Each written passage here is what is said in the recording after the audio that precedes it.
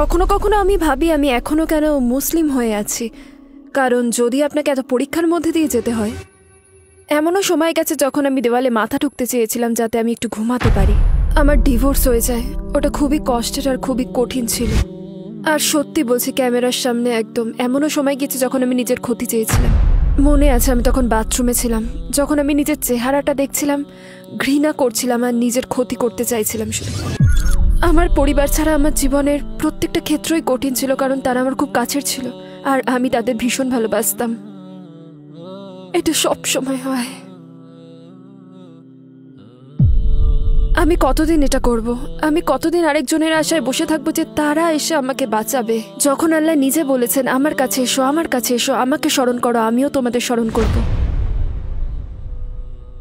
আসসালামু আলাইকুম বোন হানিয়া আদম, আমাদের আমন্ত্রণ গ্রহণের জন্য ধন্যবাদ। আপনাকে আমাদের মাঝে পেয়ে আমরা খুবই আনন্দিত। আমি প্রথমেই শুরু করতে চাই, হানিয়া আদম কে? আপনি কি সংক্ষেপে আপনার জীবন সম্পর্কে বলবেন? ওয়ালাইকুম সালাম ওয়া রাহমাতুল্লাহি ওয়া বারাকাতুহু। তো আমি 3 সন্তানের মা, আলহামদুলিল্লাহ।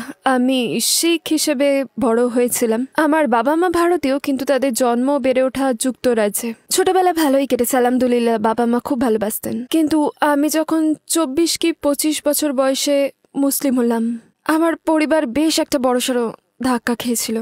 আর আলহামদুলিল্লাহ এখন গ্রিনল্যান্ড মসজিদে কাজ করছি এবং যে কোনো মুসলিম সংগঠনে যেখানে আমি সহায়তা করতে পারি। বিশ্বাসের ক্ষেত্রে আপনার জীবন কেমন ছিল? আপনি কিসে বিশ্বাস করতেন? ছোটবেলায় আমার মা বাবা শিখ ধর্মের শিক্ষা দিয়েছিলেন। আমি মানছি যে এটা আমি পছন্দ করি। আমার মনে আছে আমরা অমৃতসরের গোল্ডেন টেম্পলে গিয়েছিলাম, খুব ভালো লেগেছিল আমার মনে আছে আমরা হেমকুন্ড সাহিবে গিয়েছিলাম, যেটা অনেকটা ওই হিন্দু আশ্রমের মতোই ছিল। আর আমি খুব উপভোগ করেছিলাম। আমার মনে আছে আমি খুব অল্প বয়স থেকেই সবসময় আমার জীবন একজন ঈশ্বরের প্রয়োজন অনুভব করতাম। ভীষণ খুশি আর সন্তুষ্ট হতাম যখন আমি সেসব জায়গায় যেতাম। তো আমি বলবো যে বেড়ে ওঠার সময় আলহামদুলিল্লাহ আমার মা বাবা আমার মধ্যে ধর্মবোধ ঢুকিয়ে দিয়েছিলেন। তারা আমাকে ন্যায়, নীতিশিক্ষা, পরিশ্রম, জ্ঞান অর্জন, সৎ থাকা এসব বিষয় শিক্ষা দিয়েছিলেন। তারা আমাকে বেশ ভালোভাবেই বড় করেছিলেন। আর আমার মনে হয় আমি যখন বিশ্ববিদ্যালয়ে যেতাম আমি অনেকটা ধর্মনিরপেক্ষ জীবনযাপন করতাম। আমি বলতে গেলে কোনো ধর্মচর্চাই করতাম না ওই সময়। মানে একটা আত্মিক দিক ছিল, কিন্তু আমি কোনো ধর্মচর্চাই করতাম না। আমি তখন আপনাকে সত্যিটাই বলছি, মদ্যপান করাকে সমস্যা মনে করতাম না। যা মন চাইতো তাই পড়তাম।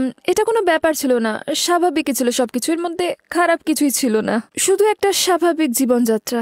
এটা আসলে মূলত আমি মুসলিম হওয়ার আগে এভাবেই আমার জীবন কাটছিল। আপনি ইসলামের ব্যাপারে প্রথম কিভাবে শুনলেন? আপনার মনে কি কোনো ধরনের বিদ্বেষ ছিল?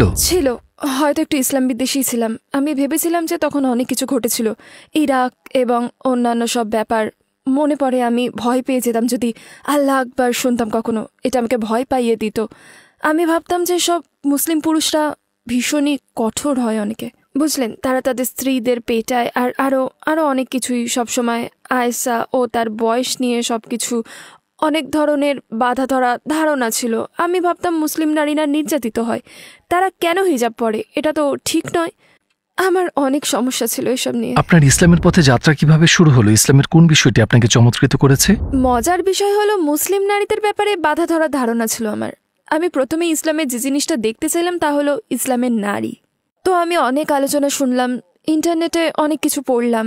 একটা বই আছে the great women of Islam নামে, দারুস সালেমের লেখা, যা খুবই চমৎকার। আমি মনে করেছিলাম নারীরা শোষিত হয়। অতঃপর আমি ইসলাম নিয়ে পড়াশোনা করলাম আর বুঝলাম না, সমাজ নারীদের শোষণ করছে। আর ইসলাম অনেকটা বেশি উন্নত, অর্থাৎ এতটাই উন্নত যে আমরা সামাজিকতার সাথে তাল মিলিয়ে চলতে হিমশিম খাচ্ছি এবং ইনশাল্লাহ এটা আরও শক্তিশালী হয়ে ফিরে আসবে। কারণ এখনও আমাদের যে সমস্যাগুলো রয়েছে লিঙ্গভিত্তিক ভূমিকার পরিচয় নিয়ে, আমার মনে হয় ইসলামের সমস্যার সমাধান রয়েছে আর আমাদের উপযুক্ত সময়ে তাল মেলানোর। কারণ ইসলাম নারীদের অনেকভাবেই স্বাধীনতা দিয়েছে। এটা নারীদের ঠিক এতটাই উপরে তুলে রেখেছে, যদি সমাজ এটা বুঝতে পারে তারাও আমার মতো উপলব্ধি করতে পারবে ইসলাম নারীদের কতটা অধিকার দেওয়া হয়েছে। এমন সব অধিকার যেগুলো আমরা এই দেশে কিংবা মুসলিম দেশগুলোতে কখনোই পাইনি।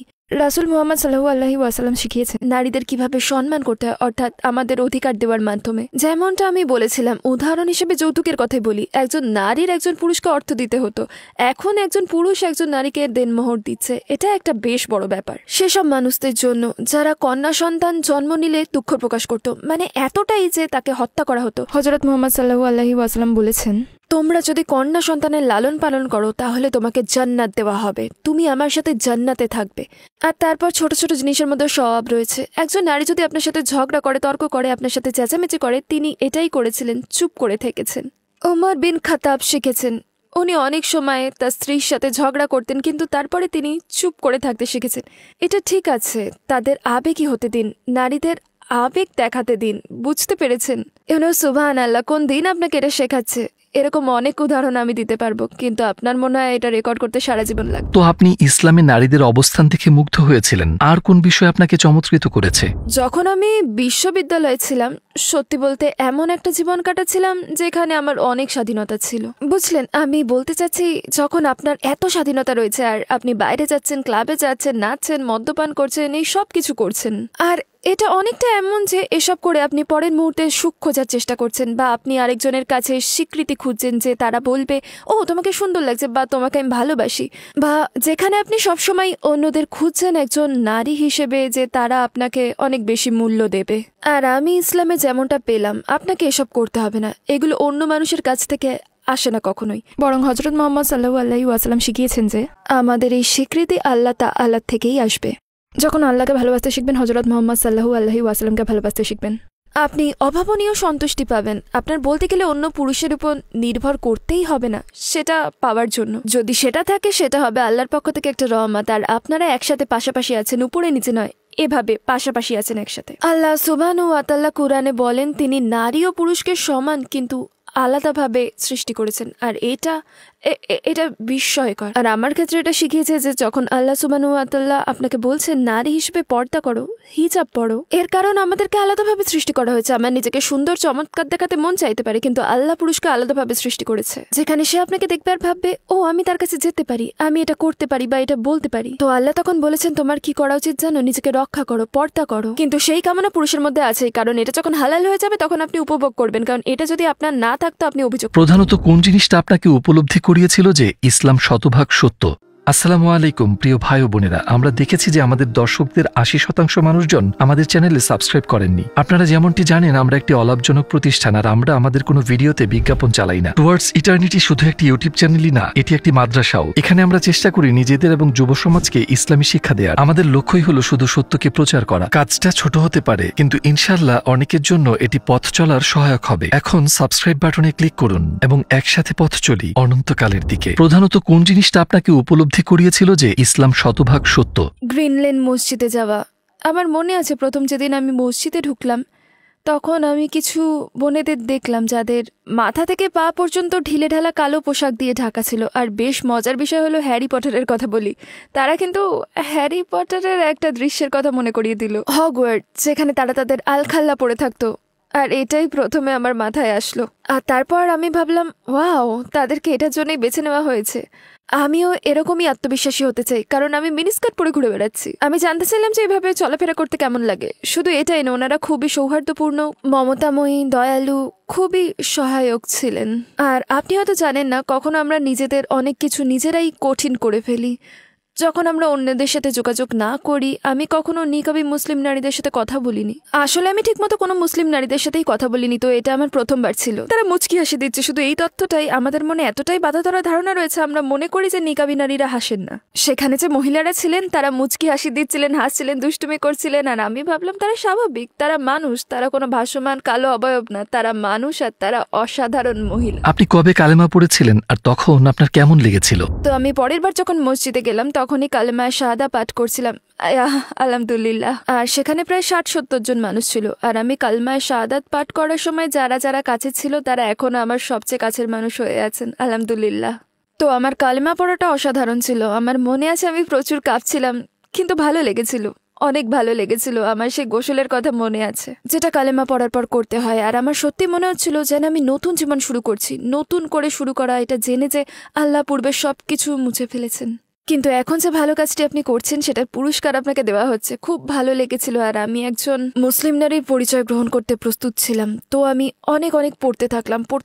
আর আপনার পরিবার ও আশপাশের মানুষের প্রতিক্রিয়া কেমন ছিল যখন তারা মুসলিম হওয়ার কথা জানতে পারলেন? সেটা খুব খুব কঠিন ছিল, কিন্তু সেই কষ্টতে একই সময় স্বস্তিও ছিল। আমি তখন বুঝিনি, কারণ তারা পুরোপুরিভাবে আমাকে ত্যাগ করেছিল। আমার আল্লাহর উপর নির্ভর করা ছাড়া আর কোনো উপায় ছিল না, কারণ তার ফলশ্রুতিতে আমার বেশ কঠিন হয়ে পড়লো সবকিছু। একা একা সন্তানদের লালন পালন করা কাজটা এমনিতেই কঠিন ছিল। আমার জীবনের প্রত্যেকটা অংশ কঠিন হয়ে গেল আমার পরিবার ছাড়া, কারণ তারা আমার খুব কাছের ছিল আর আমি তাদেরকে খুব ভালোবাসি। এখনো এমন সময় গিয়েছে যখন আমি দেওয়ালে মাথা ঠুকতে চেয়েছিলাম যাতে আমি ঘুমাতে পারি, কারণ আপনি যখন এরকম কষ্ট পান আপনি থেমে যেতে পারেন না, আর আপনি সেই জিনিসগুলো বারবার আনতে থাকেন মাথায়। আমি যেদিকেই তাকাই সেখানেই আমার বাবা মা, পরিবার এসব দেখতে পেতাম। আমি যদি সুপার মার্কেটেও যেতাম, আমার মনে পড়তো যে উইকেন্ডে বাবার সাথে সুপার মার্কেটে যেতাম আর বাজার সদাই করতাম। যদি আমি অ্যাস্ট্রাতে গান শুনতাম, আমার মনে পড়ে যেত যে আমি আমার বোনের সাথে সেই গানে নাচতাম, বুঝলেন। আমি যদি টিভিতে একটা অনুষ্ঠান দেখতাম, তখন মনে পড়তো যে আমি আমার ভাইয়ের সাথে এটা দেখতাম। সবকিছুতেই আমার বিবাহিত জীবনে কিছু সমস্যা হলে আমি ছুটে আমার পরিবারের কাছে যেতে চাইতাম, কিন্তু পারতাম না। বলতে গেলে যেতাম, কিন্তু গিয়ে একটা গাড়িতে বাইরে বসে থাকতাম। পরিবার ছেড়ে বেঁচে থাকাটা খুবই কষ্টকর, খুব কঠিন।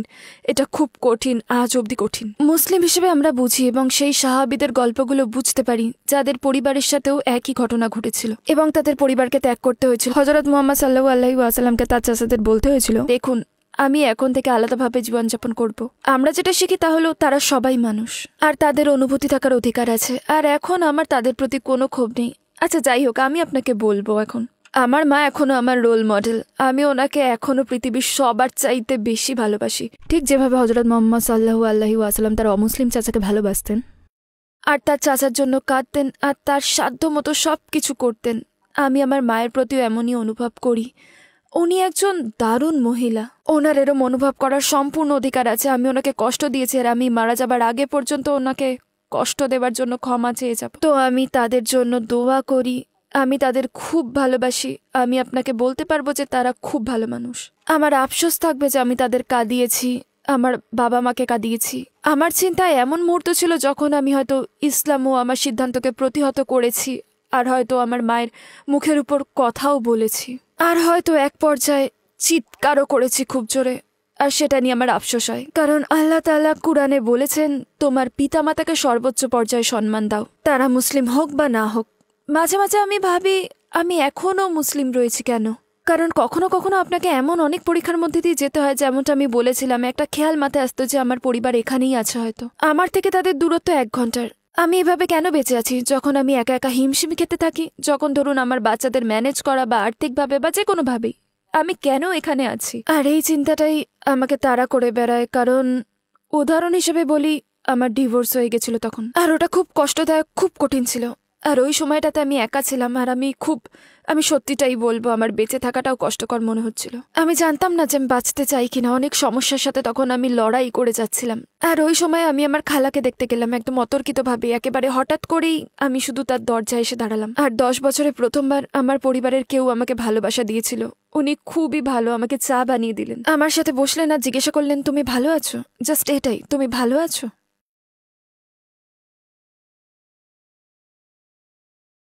সবসময় এটাই হয়। আমার খালা সেই যে প্রথমবার আমার পরিবারের কেউ আমাকে জিজ্ঞেস করলো, তুমি ঠিক আছো? এরপর জিজ্ঞেস করলো, তুমি কি করবে, তোমার কি কোনো প্ল্যান আছে? কারণ আমার কিছুই ছিল না, শুধু আমার 3 সন্তান ছিল। আর আল্লাহ কসম আমি তার বাড়ি ছেড়ে যেতে চাইছিলাম না। আর আমি সেখানে বসে ভাবছিলাম, খোদা, আমি যদি আমার ইসলাম লুকিয়ে রাখি, ইসলাম কি শুধু আমার অন্তরেই আছে? কিন্তু যদি আমাকে বাসায় ফিরে আসতে হয়, কারণ তারা আমাকে ভালোবাসে আর আমিও থাকতে চাচ্ছিলাম। আমি তার বাসা ছেড়ে যেতে চাচ্ছিলাম না, আমি তার বাসায় থাকতে চাচ্ছিলাম। আমি সব কিছু ছেড়ে দিতে চাইছিলাম। আমার দিনকে না, আমি ভেবেছিলাম আমি সেটা লুকিয়ে রাখতে পারবো। আমি উপরতলায় গিয়ে নামাজ পড়ে নেব যখন কেউ দেখবে না, আর আমি বাসায় ফিরে যেতে চেয়েছিলাম। কাদের আল্লাহ, আমার নানি, যিনি আমাকে 10 বছর ধরে দেখেননি, উনি অনেক বয়স্ক। উনি ঘর থেকে বেরিয়ে আসেন আর আমাকে দেখে ফেললেন। আর আমার খালা আমাকে বললেন, জলদি চলে যাও, দৌড়ে পালাও, না হলে উনি যদি দেখে ফেলে, উনি অনেক বয়স্ক, আমি জানি না কি হতে পারে। উনি আমাকে বেরিয়ে যেতে বাধ্য করলেন, বললেন পেছনের দরজা, পিছনের গেটে যাও। আর আমাকে বেরিয়ে যেতে হলো, কোনো গুড বাই বা কিছুই বলা হলো না। আমি বাসা থেকে বেরোলাম, গাড়িতে উঠলাম, আর সবার আগে আমার প্রতিক্রিয়া হলো আমাকে ফোন করতে হবে, কারণ এখন আমি বাসায় থাকতে চাই, আমি পরিবারের কাছে যেতে চাই। আমার কিছুই নেই, আমার কেউ নেই। প্রথমেই আমি আমার সবচেয়ে ধার্মিক বান্ধবীকে ফোন করলাম, আর সেই মুহূর্তেও ফোনটা ধরলো না, কারণ আমি চেয়েছিলাম সে আমাকে বলুক, no honey, it's okay, it's okay. তারপর আমি আরেক বান্ধবীকে ফোন করলাম, কারণ তার কুরআন রিসাইটেশন খুব সুন্দর আর আমার মনে হচ্ছিল আমার কুরআন শোনা দরকার। সেও ধরলো না। আর তারপর ভাবলাম, আমি কতদিন এসব করতে থাকবো, কতদিন আমি এই আশায় বসে থাকবো যে আরেকজন এসে আমাকে বাঁচাবে, যখন আল্লাহ নিজে বলেছেন আমার কাছে এসো, আমার কাছে এসো, আমাকে স্মরণ করো, আমিও তোমাদের স্মরণ করব। আপনার সাথে আল্লাহ সরাসরি সম্পর্ক রয়েছে। তো আমি গাড়িতে বসে আয়াতুল কুরসি পাঠ করলাম, 3 কুল পড়লাম, আর আমি আল্লাহর কাছে ভিক্ষা চাইলাম যেন তিনি আমাকে দিনের মধ্যে রাখেন। আমি তখন আল্লাহর কাছে ভিক্ষা চাইতে লাগলাম, আমাকে দিনের মধ্যে রাখুন, দিনের মধ্যে রাখুন, আমার যাই হোক সেটা ব্যাপার না, শুধু আমাকে মুসলিম হয়ে মরতে দিন। আর আমি সেটাই করলাম। আর আমার মনে হয় এটা আবার এমন একটা মুহূর্ত ছিল যখন আমি জানতাম যে হ্যাঁ আমি মুসলিম, কারণ শয়তান আপনার কাছে অনেকবার আসবে আর এসে এসে আমাকে প্রশ্নবিদ্ধ করবে আমি কি মুসলিম, আমি কার জন্য মুসলিম হয়েছি, আমি মুসলিম কেন হয়েছি, আমি ইসলামের কী বা পছন্দ করি। যখন আপনি দুর্বল এবং হীনমন্যতায় ভুগবেন তখন শয়তান আসবে আপনার কাছে। আর এই 9-10 বছরে আমি দিনের ব্যাপারে যা কিছু শিখেছিলাম তার সব সেই মুহূর্তে চলে আসলো। তো একটা কথা আমি বাচ্চাদের বলে থাকি, যারা বোঝে না তারা ইসলামের আত্মিক দিকটা অনুভব করে না, কারণ তাদের বয়স কম আর জীবন ভালোই কাটছে। আমি তাদের বলি তবুও শিখো, কারণ তোমরা জানো না যে কোনো মুহূর্তে হোঁচট খেতে পারো, বা যা তোমরা শিখেছিলে আর তোমরা জানতে না কেন শিখেছিলে ওটা তোমাদের কাছে আসবে, তোমাদের রক্ষা করবে, তোমাদের জীবন বাঁচাবে। সেই জন্য যখন তোমার মা বলবে যাও মাদ্রাসায় যাও, যখন তোমার মা বলবে ইসলাম শিক্ষার ক্লাসে যাও, যাও। আর যারা ধর্মান্তর হতে চান শিখুন, আপনারা হঠাৎ করেই মুসলিম হতে পারবেন না। ও আমি আল্লাহকে বিশ্বাস করি, যান শিখুন, দিন শিখুন, ভালোভাবে শিখুন, প্রতিদিন শিখুন ভালোভাবে, যদি অল্প হয় তাও ঠিক আছে, কারণ যখনই আপনি দুর্বল হবেন আপনার কাছে শয়তান এসে দূরে নিয়ে যাওয়ার চেষ্টা করবে, আর তখন আপনার সেসব শিক্ষা হঠাৎ করে আপনার কাছে আসবে আর আপনাকে বাঁচাবে। আর সেটা আমাকে সেদিন বাঁচিয়েছিল। এমন আরো অনেক উদাহরণ আমি আপনাকে দিতে পারবো, আর ক্যামেরায় আপনাকে সত্যিটাই বলবো। এমনও সময় গিয়েছে যখন আমি নিজের ক্ষতি করতে চেয়েছিলাম। একটা উদাহরণ দিয়ে, আমার মনে আছে আমি বাথরুমে ছিলাম, আমি নিজেকে আয়নায় দেখলাম, আমার তখন ঘৃণা লাগছিল আর আমি নিজের ক্ষতি করতে চাইছিলাম। বাথরুমে থাকা একটা বাজে ব্যাপার, কারণ বাথরুমে থাকলে আউযুবিল্লাহি মিনাশ শাইতানির রাজিম বলতে পারবেন না, আপনার মন খারাপ থাকলে বাথরুমে যাবেন না। কিন্তু যাই হোক, আমি তখন একটা কথা শুনতে পেলাম যেন আমার মাথার ভেতর কেউ বলল জানলার বাইরে তাকাও, আর আমি জানলা দিয়ে আকাশটা দেখলাম আর দৌড়ে নিচে গেলাম, দরজা খুললাম আর বাগানে গেলাম, তারপর আকাশের দিকে তাকালাম, উপরে আকাশের দিকে তাকালাম, কারণ আমার কোরআনের একটা আয়াত মনে পড়েছিল। আমার মনে হয় ওটা কোরআন হাদিসও হতে পারে। আল্লাহ সুবহানাহুল্লাহ বলেছেন যারা বিশ্বাস করে তারা যেন আকাশের দিকে তাকায়, আর এটা তাদের জন্য একটা নিদর্শন। আর আমি হাঁটু গেড়ে বসে পড়লাম আর প্রার্থনা করলাম আল্লাহর কাছে, ইয়া আল্লাহ আমাকে দিনের মধ্যে রাখুন, এটাই স্বাধীনতা, এটাই সন্তুষ্টি, যেখানে আপনার কারো উপর নির্ভর করতে হবে না, আপনার কাউকেই দরকার হবে না, আপনার জীবনে প্রয়োজন রয়েছে শুধু আল্লাহ তাআলার। আর আমি ওটাই করেছিলাম, আমি নিজের ক্ষতি করিনি, কারণ আমার আল্লাহ আছে। তো আপনার 14 বছরের মুসলিম জীবনের মুহূর্তগুলোর মধ্যে কোন মুহূর্তে আপনার মনে হয়েছে যে আপনার পরিবারকে আপনার খুব প্রয়োজন, কিন্তু তাদের কাউকেই কাছে পাননি? আমার বিবাহিত জীবনের ঝামেলার সময় আমি আমার বাবাকে চেয়েছিলাম, আমি ওনার সুরক্ষা চেয়েছিলাম, ওনার সিকিউরিটি চেয়েছিলাম। একজন নারীর কমপক্ষে একজন ভাইয়ের প্রয়োজন হয়, যেমন আমার সেই সময় আমার ভাইয়ের প্রয়োজন ছিল। আমি এগুলো একসময় অনেক মিস করেছি। জীবনের প্রতিটা ক্ষেত্রেই একজন মহারামের সুরক্ষা, নিরাপত্তার দরকার রয়েছে। দেখুন, জিনিসটা এমন যে আমাদের কোনো পুরুষের প্রয়োজন নেই।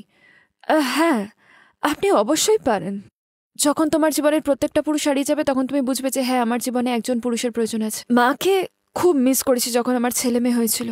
আমি আসলে তখন থেকেই তাকে মিস করছি যখন আমি কাজ করতে শুরু করলাম, কারণ আমার মা একজন দক্ষ মহিলা ছিলেন। তার থেকে অনেক কিছু শিখতে চেয়েছিলাম, কিন্তু আলহামদুলিল্লাহ আমার কাছে ভালো স্মৃতিও আছে, আর আমি তার সাথে অনেক সময় কাটিয়েছি। যখন আমার মা অনেক শক্তিমান মহিলা ছিলেন, আলহামদুলিল্লাহ আমি এখনো তার শিক্ষা ধরে রেখেছি। আমি এখনো আমার মা বাবার দেওয়া অনেক শিক্ষা মেনে চলি, কারণ ওগুলো ইসলাম বিরোধী না তো কেন নয়। আমি মনে করি প্রত্যেক ধর্মান্তরদের একটা জিনিস জেনে রাখা উচিত, আপনি আপনার পরিবারকে ভালোবাসতে পারেন। রাসূল মুহাম্মদ সাল্লাল্লাহু আলাইহি ওয়াসাল্লাম তার চাচাকে ভালোবাসতেন। আমার ক্ষেত্রে আমি আমার বাবা মাকে সেটা বলতে চাই, আমি তোমাদের ভালোবাসি, তোমাদের শ্রদ্ধা করি, আমি এখনো তোমাদের একটা অংশ, আমার মধ্যে তোমাদের রক্ত রয়েছে, তোমাদের দেওয়া শিক্ষাগুলো এখনো আমার কাছে আছে, সেগুলো কিছুই আমি ছেড়ে দিইনি। এটা অসম্ভব, তোমরা আমার আদর্শ, তোমরা আমার সব। আবার তোমাদের পাশে বসার জন্য আমি সব কিছু করতে পারবো, তোমাদের সাথে আবার থাকার জন্য, শুধু তোমাদেরকে আমি আল্লাহর আগে রাখতে পারবো না কখনোই। আপনি কি কখনো কোনো আশ্চর্য ঘটনার সম্মুখীন হয়েছেন যখন আপনার মনে হয়েছে যে আপনার আল্লাহর সাথে বিশেষ সম্পর্ক আছে? আমার মনে হয় জীবনের কষ্টের কথাগুলো বেশি বলে ফেলেছি। আমি আপনাকে এখন আল্লাহ তাআলার যেসব রহমত দিয়েছেন সেগুলোর কথা বলবো। আলহামদুলিল্লাহ। এখানে আপনাকে দুটো সময়ের কথা বলবো। আসলে একটা সময় ছিল যখন আমি অনেক কষ্ট করছিলাম। ওকে, আমি জীবনে অনেকবার কষ্ট করেছি। সুবহানাল্লাহ। একজন আমাকে বলেছিল, দেখো যখন তুমি অনেক কষ্টের মধ্যে দিয়ে যাও তখন তুমি তোমার ঘুমন্ত বাচ্চাদের কাছে গিয়ে তাদের দেখবে। আর আমি সেটা করলাম। তো আবার একটা সময় ছিল যখন আমি জীবনের আশা ছেড়ে দেওয়ার জন্য রেডি হয়ে গিয়েছিলাম, তখন আমি নিজেকে ঘৃণা করতাম, শুধু ভাবতাম আমি মানুষের উপর বোঝা হয়ে আছি। যাই হোক, আমি প্রথমে আমার মেয়ের ঘরে গেলাম, তখন তার বয়স ছিল 11, কিন্তু এখনো যখন সে ঘুমায় তাকে দেখতে 5 বছরের ছোট্ট মেয়ের মতো মনে হয়। সুবহানাল্লাহ, আমার মেয়ে, এটা আমার মেয়ে। আল্লাহ তাআলা আমাকে একটা কন্যা সন্তান দিয়েছেন। আল্লাহ আমার মাধ্যমে একটা জীবনকে এই দুনিয়াতে পাঠিয়েছেন। তারপর আমি আমার ছেলেদের ঘরে গেলাম, তখন তারা গভীর ঘুমে ছিল। আমার মনে সেই সূরা মুলকের সেই আয়াতটা আসলো। তখন খুব অল্পই তারা শুকরিয়া আদা করে। আমি ভাবলাম আমি কেন অভিযোগ করছি, কেন আমি নিজেকে ঘৃণা করছি, যখন আল্লাহ আমাকে এমন উপহার দিয়েছেন, আমার 3 সন্তান। সেই মুহূর্তে আমি নিজেকে আল্লাহর খুব কাছে অনুভব করতে পারছিলাম, কারণ আমি নিরামত উপলব্ধি করতে পেরেছিলাম, কারণ আমি শুকরিয়া আদা করছিলাম তার খুব কাছে অনুভব করানোর জন্য। আমাদের রাসূলের কোন জিনিসটি আপনাকে মুগ্ধ করেছিল? তার চরিত্র, সবসময় তার চরিত্র, সবসময় তার চরিত্র। নারীদের প্রতি তার ব্যবহার, নারীদের প্রতি তার ব্যবহার এমন ছিল যে তিনি ওই লোকের সাথে কথা বলতে চাইতেন না যে তার কন্যাদের আদর করত না। মূলত তিনি তার স্ত্রীদেরকে আবেগ দেখাতে দিতেন, অনুভূতি প্রকাশ করতে দিতেন, আর সেগুলো বেস্ট পদ্ধতিতে মানিয়ে চলতেন। তিনি তার এক সাহাবীর বাড়িতে খেতে যাননি, কারণ তার স্ত্রী আয়েশাকে দাওয়াতে আমন্ত্রণ জানানো হয়নি। সবকিছু, তার নম্রতা, তার ন্যায়, যখন তিনি স্ত্রীদের সাথে থাকতেন, তার ঘরে তার সেই নম্রতা, আর যুদ্ধের ময়দানে তার ওই শক্তি। তার এক দুর্বলতা, যখন তিনি তায়েফে ছিলেন, যখন তিনি সাহায্যের জন্য গিয়েছিলেন, তার বদলে দেখুন তার সাথে কি হলো। মূলত তিনি কাঁদতে পারতেন। এখনকার পুরুষ মানুষেরা ভাবে আমরা কাঁদতে পারবো না, আমাদের শক্ত হতে হবে। না, তিনি কাঁদতেন। এখন আমরা জেন্ডারের কথা বলি, আর পুরুষ কি নারী কি, হযরত মুহাম্মদ সাল্লাল্লাহু আলাইহি ওয়াসাল্লামকে একবার দেখুন। বর্তমানে আমি ইয়াসির কাদিরের লেখা বই হিজ সিরা পড়েছি, আর প্রত্যেকটা প্যারাগ্রাফে আমি কিছু না কিছু শিখেছি। কি চমৎকার একটা বই, আমি সবাইকে সেটা পড়তে বলি। সবকিছু আপনি জানেন, তার মৃত্যু শয্যা থেকে আয়েশা নিজের মাথা ব্যথা নিয়ে অভিযোগ করেছিলেন। তিনি তার মাথা ব্যথা নিয়ে অভিযোগ করেছিলেন। তখন তিনি মজা করে বললেন, না তাহলে আমার মাথা ব্যথার কি হবে, আমি তো মরতে চলেছি, তাই না? সুবহানাল্লাহ, উনি এত কিছুর মধ্যে দিয়ে গিয়েছেন যাতে আমরা ভালো থাকতে পারি আর জান্নাতে যেতে পারি। তার ত্যাগ, তার পরিবারের মাধ্যমে, তার সম্পদের মাধ্যমে তিনি যেসব পরীক্ষার মধ্যে দিয়ে গিয়েছেন, কিসের জন্য? আমাদের জন্য। ইসলাম গ্রহণের আগে আপনার জীবনের লক্ষ্য কি ছিল, আর ইসলামের পর তা কি হয়েছে? আমার উদ্দেশ্য হলো বাড়ি যাওয়া। আমি বাড়ি যেতে চাই আল্লাহর কাছে। বাড়ি যেতে চাই, আমি শুধু বাড়ি যেতে চাই। আর আমি চাই আল্লাহ যেন আমাকে আমার পরিবার দিয়ে দেয় যখন সেখানে আমি যাব। আর এটাই আমার উদ্দেশ্য। এই আল্লাহ আমাকে আমার পরিবার দিয়ে দিন।